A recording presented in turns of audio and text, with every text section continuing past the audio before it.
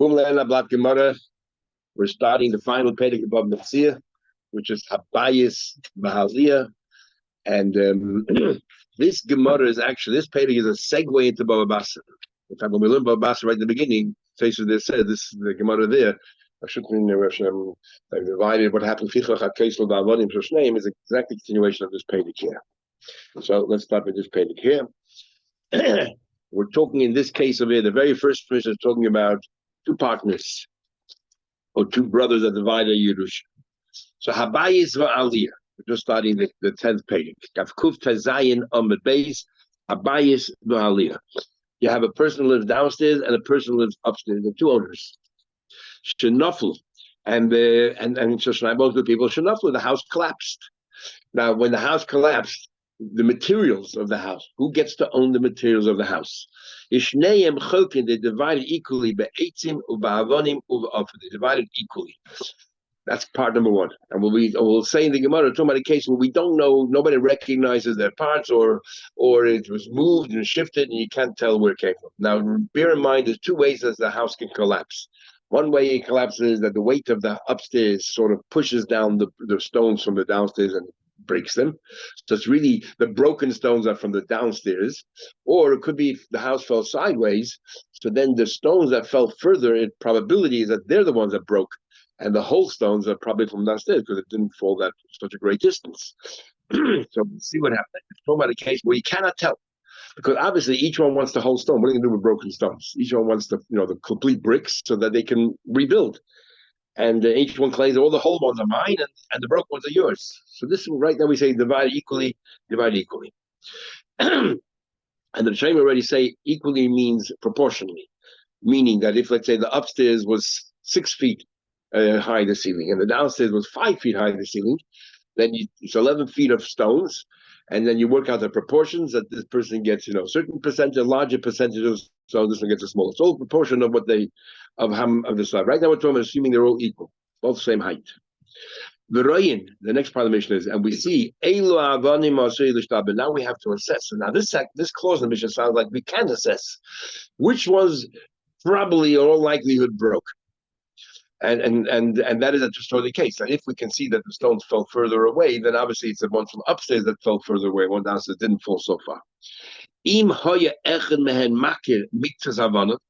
If one of them recognizes miktsas havana, he recognizes his bricks, maybe the color or the shape, then Neitlan, he can take those bricks. They're obviously the whole ones. He's not interested in the broken ones. But you deduct that from the cheshbon. What exactly do you deduct it from? He loses an equal amount of the broken stones, which will be Rava's opinion, or you lose an equal amount of the whole stones. Because obviously what he wants is the whole ones.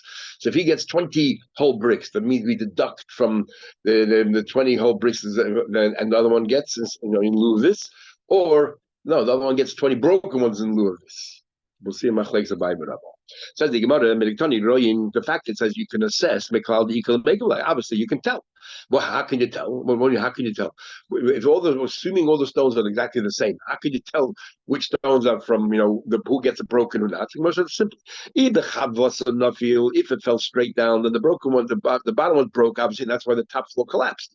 Or like you gave it a clap and it fell further out, and then obviously the top was the one that broke, because they fell much further than the bottom ones. So that's what happens. If that's the case, then you can tell, is it Eisha Mai Cholkin? So why in the Eisha it says here that why the Shnei Cholkin Be'etzim Bavonim, why Cholkin? Let's recognize how it broke. Because you tell me it's possible to tell who gets, which one has more shvarim, which one has more shleimus. Let us see. But if it fell down chavot further out, then obviously the broken ones, much more broken ones in the top one. And if it fell down straight down, then obviously the broken stones were in the bottom. We're like, no, we needed the nafil balayla. Fell at night. So what? So in the morning, look, are the stones far away, or they're all right here in the immediate area of the house? Now you can tell how it fell. The paninu, somebody came and cleared it, and therefore now you don't know what happened.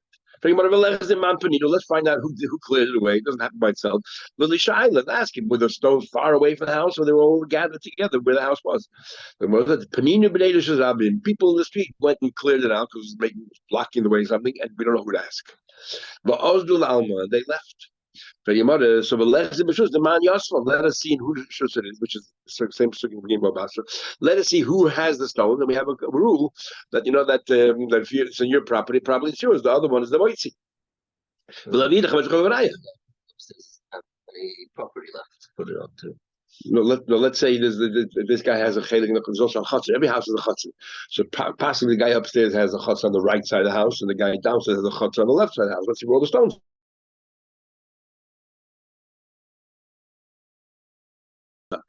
The Yosvan, it was together. They had a partnership, not a partnership, but it sat equally in both chatzeres. Or inami b'shus rabim. The stone's actually right in front of the house. It was a shus rabim. All the stones are shus rabim. That's where it was clear to. So who's going to claim ownership? Or because they were partners. Because they were partners, then therefore we'll say that, and the rule is that shutv not makbet. When it comes to partners, and one shutv has certain amounts. Oh, I bought it from my shutv. Harai is sitting by me. The halach is no raya because shutv are not makbet in each other, and it proves nothing. And Nachman did the Shayim say, even if one shutv says yes, we are partners on this also, but I have 3/4 and you have 1/4. We don't believe either. There's no chazak here because we assume partners are 50-50. The only time it's not 50-50 is you have some kind of arrangement and you have documented, because that's not the norm. And therefore, and the fact that it's sitting in your reshus proves absolutely nothing, because partners are not makbid. Then the Mishnah says, if one of them recognizes it, he takes the shleim, a certain amount, whatever he recognizes, and then you deduct that from his chelik. What does it work? How does it work? First of all, we're giving it to him. So what's the other guy saying? Either comment in, yes, okay, I don't, it's yours. Then pshita. Well, you need a mission to tell you that if somebody recognizes it, he takes his stones. If the other guy's moida, and he lie, if he does, if he's not moida, then lama neitul, because he says it's mine. So what? The other guy says it's not yours. So why would you give it to him? So Gemara says, El Amale Einu Yedea. One guy says, I recognize these bricks, they're mine. The other guy says, I don't know. No, now this goes back to the Gemara we had before, the Machlekes, the Amoraim. If Rabbi Yechanan, a body and a shema, if a body is odif. So let's bring a clotted eye from this Mishnah here. This guy says, I'm makarani. The other guy says, Eini Yedei. And we're giving it to the person who says a body. Isn't that showing that a body is better than a shema? So he says, let this be a kash of Nachman. The Idma we learned, Mona li b'yodcha, you owe me $100. Well, I mean, I don't know. He's Rabbi Huda, Rabbi Yudam b'chai, with body b'shema, body adif. And Rabbi Nachman, Rabbi Yechanan, and Rabbi Nachman, and Rabbi Yechanan say that potter, a body shambalam hasn't been hashoyel, and many places. Shubas Yudbeis, the big one. And Rabbi Yechanan say potter. No, his body is not strong enough to take out of a cheskas mammon. The cheskas mammon is so strong that a body is not strong enough. And remember, we had these different degrees of body and different degrees of shema. A body is not considered a body that is strong, as Tesis points out all over, is only if he knew, like in the case of a loan. He knew when he said, you owe me $100, the other guy knows whether he owes or not. So he took courage to make up a story that you owe me $100, unless he believed you owe him $100. That's called a strong body. When the other guy says, I don't know if I owe you, that's called a weak shema, because you don't know if you owe people money. What kind of so therefore, in that case, body shem body other. But in the case, for example, where the guy says, I don't know when the animal will miscarry. Before that, but if the guy says any day over there, that's a strong any day. Why taka should he know if it wasn't there? It's not like he should have known. That's a strong any day. And that body is a weak body. Even if the other guy's a body, why is that a weak body? Because he knows you weren't there. He knows you don't know. So so their body, maybe everyone agrees that body is labodiv. Here we're talking about a strong body in a weak shab. So the by the stones also. In what it says, the same answer we had at the beginning of Shayla. They're going to say that, when it's talking about these mishnahs that say that a body shema, that the body wins, is talking about a case where the shema is chayev ashua. In other words, he was a moide b'mikzus. He's as if he says, I recognize some of those stones are yours, but you're claiming 20 bricks. 10 of the bricks I know are yours. The other 10, I don't know. So I'm a maida b'mixes that some of the bricks are yours. So the din is maida b'mixes, you always have to swear. But he can't, because he says any day. He's not denying it, he's saying any day. So because he can't swear, in this case, the body is other, because since you can't swear, the other person takes it out. So therefore, don't do with body with Shema on its own. There's a shrew involved, like in the case of they said the borrowed animal died, the rented animal died. I'm here too. What's an example of an ASIC shrew? Is the Bava shrew? Money got $100. I only know you 50, which is the classical case of a Maida mixes. But then he says Vashar, he's not denying the rest. He says Vashar, the rest, other 50, ain't the Yedea. I don't know if I owe to you or not. So the din is you have to swear Maida mixes, but because you cannot swear Yishalom. According to many Rishonim, this din is only by a shvur deraisa, not by a shvur derabbanan. So therefore, we always give a classical case of a shvur deraisa. That's when we pay. Because shvur derabbanan, even if you cannot swear, do we have the Chum have the kayach to say that if you don't swear, pay? That's a mugman. Okay, you shall pay. You deduct it from the cheshbon. If this person says, "I recognize these 20 bricks are mine," then we give him the 20 whole bricks, and we deduct that from the cheshbon. What cheshbon? From what else? From whatever he takes, from the 20 broken ones that he would have taken, or from the another 20 whole ones that he would have taken. So he took 20. Let's say there was a thousand whole ones and 1,000 broken ones. Each one was entitled to 500. And this guy says, "I recognize 100 of the whole ones." So therefore, he gets 500 whole ones plus an extra 100 because he recognized extra 100, and the rest we don't recognize. We divide 500. He gets 600 whole ones, but when it comes to the broken ones, he'll only get 400 broken ones. And the other guy will get 600 broken ones because we deduct from the broken against the whole. That's what Rabbi says. Alma, what does he say? Because the other guy says, I don't know, is what he calls Reya Shvur. Because the other one says, I don't know, it hurts him that he loses out Shvuras. He loses out the Shvuras. In other words, the guy who says, I do know, is a much stronger position. He's a much stronger position. So he's going to get an extra 100 holes bricks. He's way ahead of the other person, even though the din is yachlaiku. But because he recognizes, and the other guy should have recognized, and he doesn't, his own bricks. Because he doesn't, he loses out. And therefore, what's going to happen? The other guy is going to get many more broken ones, and the guy who says, I recognize, will get, many more whole ones. That's what Rabbi seems to do. Do they split after he gets his 100? No, we split out. Still, before we start, we say, okay, it should be 500. We don't know, 500, 500, 500, 500. Because you just should. They divide. Yeah. Then, assuming there was I recognize 100, and the other guy says he doesn't know. You should know. You don't know. So therefore, what's going to happen is this guy's going to get 600 whole ones, and therefore you only get 400. But why should he get more? So that 100 extra whole ones that he gets, he will get 100 less broken ones. So in the broken ones, the other guy will get 600 broken ones, and you're going to get only 400. You're in a much stronger position because both of them should have recognized it, and you're the only one who did, so you win. That's what Rava says. Comes along Abaye, he says, Faket. Abaye, Adirabba, I can argue, Punk Faket. The guy who says, I recognize 100 bricks is in the worst position. What possible logic is that? Lateral thinking. You can argue, because he says, I recognize these 100, doesn't recognize the rest, that means that they're not even his, maybe. So therefore, be either called Hechlin, maybe all the other whole ones are the other guys, because he doesn't recognize them. The very fact that you recognize some of them means that you know how to recognize your stone, bricks. How can you not recognize the rest? Maybe it's actually not yours. So therefore, I'm going to buy the Cheshbon Shleimus.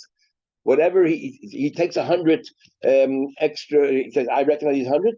Fine, he loses out. So instead of getting 600, he gets only 500. But 100 of those 500, he doesn't get any more than what he originally had. But 100 out of those 500 will be the ones he recognized. That's all. So my right asks us, so what's the big deal then? But the Gemara, so the fact that he recognizes, so what? He's still getting the same amount of whole bricks. So what's this whole ma'aseh? He will give it to him, and the other guy will get an equal amount. So what's the big advantage? Well, there's two possible advantages. The malbuna revacha, let's say he recognizes these are bigger bricks or a better shaped bricks, and therefore he'll get those because he recognizes them. That's one advantage, and the other one will get the lesser, the smaller bricks. Or inami tina de mavle has better cement, better quality bricks, and he'll get those. That's advantage, but not in quantity. It's the quality that he gets. Yachlokus because we don't know. Right? Yeah, And they don't know either. They don't know. So shouldn't it be you have 1,000 full bricks? Yeah. He recognizes 100, so he gets 100 bricks. No. There's no discussion here about those. And now you have 900 that No, no, you don't look at 450, 450. Just because you reckon 100 doesn't mean you have more bricks than me. There were 1,000 bricks that fell all together. Between the 1,000 bricks, the yachloek was because we're not sure. We're not sure which is whose, but definitely you have 500 and I have 500 because we're assuming right now the houses are the same size, so there's partially use the same amount of bricks. Some classifications say the base is bigger than the other. Oh yeah, then that's from the Rishayim talking about, and then it's all the push. Yeah. But in this mission, for our sake, you're talking about exactly Yachleikus, it's exactly that the same. So we know there's 1,000 bricks. You recognize 100, so you take those 100. But why should, as a result of that, the other guy only get 400? Okay, the truth, at the end of the day, you all get the same amount of bricks. But why should you get more shlemus than the other guy? Just because Abaye says, just because you recognize the bricks, why should you get more shlemus than the other person? Shlemus should still be 500, 500. Because there's no doubt for those 100. So there's no reason to. No, but the doubt is we know we count. There's 1,000 whole bricks and 1,000 broken bricks. So since at that stage 1,000 whole bricks, we know there's 500 each person because each one had an equal size house. 500. So we don't know for sure. We're assuming that the bricks, because we don't know which one's broken. It was a chavot, it was a chavosa. So therefore, we're gonna, because of something we'll assume that half of our whole bricks, half of the whole bricks is because we don't know. We'll say each one has half of the whole bricks, and each one has half of the broken one, regardless of the numbers are. I just use that as an example. And therefore, just because you know which ones are you doesn't mean that the other person should lose out on the number of bricks. So we just say that we give you better quality bricks. That's what you recognize. Look at Mishnah Weiter. The next Mishnah is talking about a Seichel Masker, landlord and a tenant. Abaye is Va'aliyah. So you have again a downstairs and upstairs. And we already learned before the responsibilities of the tenant, what he has to the small things he has to fix up, and the major things, major structural things, the landlord has to fix up. Abaye is Va'aliyah. So you have a downstairs and an upstairs. Nifchas Va'aliyah. The roof of the downstairs, the ceiling of the downstairs, which is the floor of the upstairs, sort of gave way. And the guy downstairs owes the person upstairs a house that he can live in, but part of the roof gave way. The ain balabai is right to the second, and the balabai doesn't want to invest any money and fix the floor. The guy upstairs is entitled because he has a lease for 12 months, let's say, to live. You have to provide him an aliyah, even though you provide him an aliyah, but the aliyah is not working, so therefore he can move downstairs and join you in your house and cramp your style until you fix up the things. Until you fix it up. Rabbi Yeshi says, Hatachten, and we'll see more later with Machlek. Rabbi Yeshi says, Hatachten noisin as a tikra. Now you have a floor, you have a ceiling, and then you have the beams above the ceiling, and then above the beams you have the plaster. They call them maziva. And between the maziva and the beams, you also have you have to put not so much insulation, but you have to put boards or something to put the plaster on top. Plaster has to have something to put on top. Sheets, whatever you put the thin strips of wood. You have a number of things. So Sabieji said like this.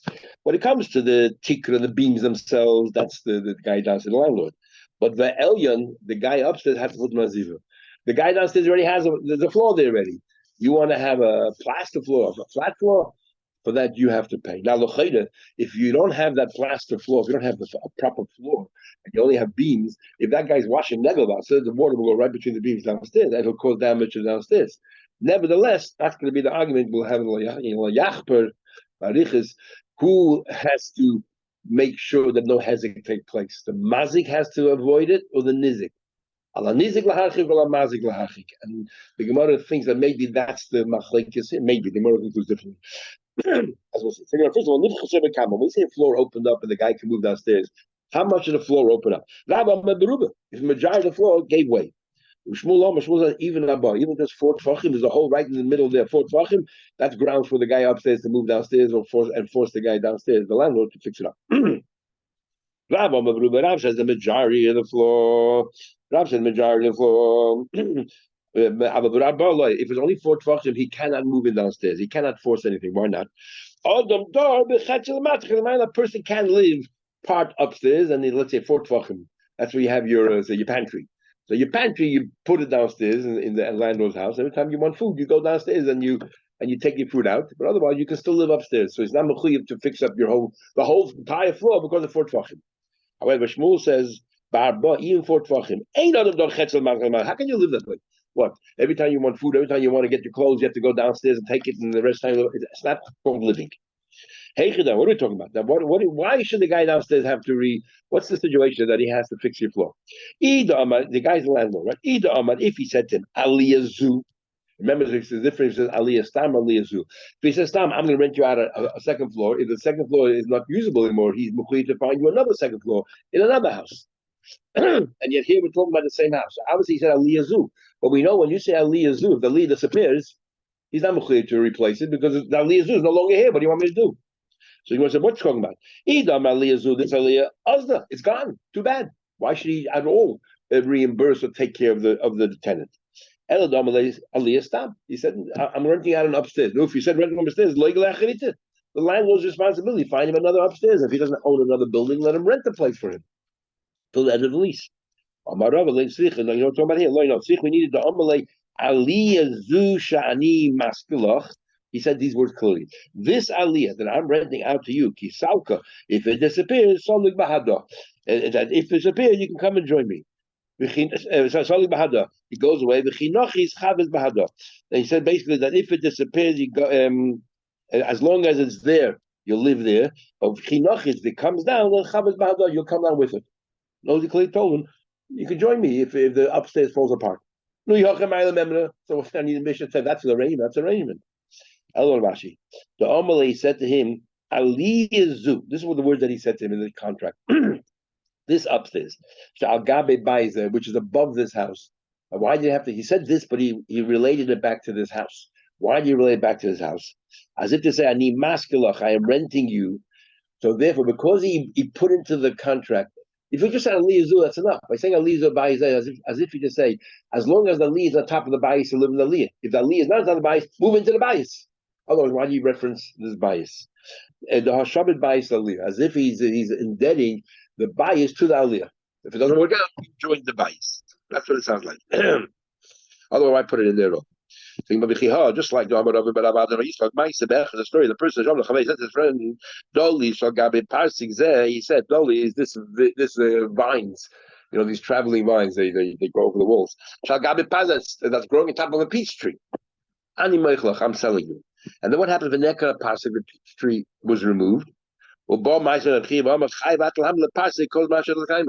Since you referred the vines to the peach tree, you have to plant another peach tree or get another peach tree to put the vines on it, because as long as the vines are vines don't last forever. As long as the vines are there and working, you've got to provide a peach tree. Because that's what you said. Nobody has to have a place with to hang, because the vines will fall down. Now, L'chayda is a totally different case than our case before. In our case before, the Leah, it's the vines that fell apart. In this case here, it's the bias, the peach tree, that fell apart. So there's so many to talk about, but the general idea is, you look at the context of each case, we understand what he's trying to say. Here, the peach tree belongs to one guy, and the vines need the peach tree to make the thing. So he's saying, basically, I'll make sure you have a peach tree. In the other place, he's saying that I'll make sure you have an aliyah. I'll make sure you have not a vine, but I'll make sure you have the upstairs. So you just look at the context. But the idea is that if you make this arrangement, you're responsible, the landlord, the owner is responsible, the one who rents it out, to make sure that this can sustain whatever the guy's trying to do. But that's a question. Okay, you told me the guy from Aliyah moves downstairs. Does he evict the landlord, or they have to now share the house together? All that the mission says is that he can go move downstairs. But what happens to the person who's living downstairs, the owner? Go and the Shaila say, normally it says that even though I agreed that I'll take care of you, but I never agreed that I'm going to live and become homeless because of you. And if you want to say that Shnei and Doriboy, and if you want to say that we coexist in the same house, Kishu, I remember when I was a kid, we went to bungalow colonies. We had no money, and the Lubavitchers then had no money. We used to share a bungalow with other families. Another family, the whole bungalow had 2 bedrooms. And, each family had 3 kids, 2 kids, 4 kids. And we all managed, so we had managed. So there was a management. I remember a Russian and maybe Bava Kama, which is 2 people can't live together in the same house. Yeah, that's true. That's generally. But here, because it's an arrangement, so that he promised him. Forget. So this is going to apply pressure to the Balabas to fix it up as quickly as possible and get rid of the tenant. Okay, you're right, but generally, yes, you're right. Okay. If you can tell Mishnah daughter boy, yes, he cannot evict the balabas. Is kishu mishtamish? How? That's an interesting question. The guy who lived upstairs, how does he go into the house now? His new house downstairs. Does he use the same entrance door as the other guy, or does it? Could they go with a ladder to go upstairs? Does he have to go upstairs, go through the hole in the floor, and to go downstairs? Because that's the only agreement they had, that he goes upstairs. And the only question is where he ends up living. Kishu mishtamish, that a psachim mishtamish, he uses the front door, or he did a gagin mishtamish, or he has to go through the roof to go downstairs. Me can you say kidimi kara? Can the landlord say like you originally made up? Mami kara did a gagin. That's what I agree with you that you go upstairs. Now that you cannot live upstairs, you go through the upstairs to get downstairs. Hashnam did a gagin. Also, Dilma Matyamale Aliyah Kabilila. I accepted to go upstairs one way, one direction. Aliyah Viyarida like Kabili to go up and then down. That's not what we arranged. I didn't accept it myself. If you're going to say Matyamale Aliyah like Kabila, you could take a tiny. I don't want to go up and down. What about Shtei Aliyah Zugabizu? There are 3 floors here. There was the landlord downstairs, there's the middle and the top. So the landlord owns downstairs, but he rents out the 2nd floor and he rents out the 3rd floor. Mao, what's the case of here? If the very top floor loses the floor, then he moves into the middle guy. Obviously, the landlord must have made this kind of arrangement with everybody, or he said these things. So therefore, the 2nd guy has no breya to accommodate the 3rd guy because he's still in Aliyah. He rented an Aliyah, he's still in Aliyah. Okay, not the 3rd floor, 2nd floor. Yeah, okay, true, but what's the pressure? You're right, but all the noises walking up and down. What about the middle floor? Lost the floor. Maul mistlik legamri. Do we say like this? Do we say that if the middle floor broke down, what happens? Where does he move in? Do we say? He said, I could push you up to the upstairs because you said you'll go down there. So now we're talking about that. It's still the outside is still existing, just the floor went missing. So the 3rd floor is still on the 3rd floor.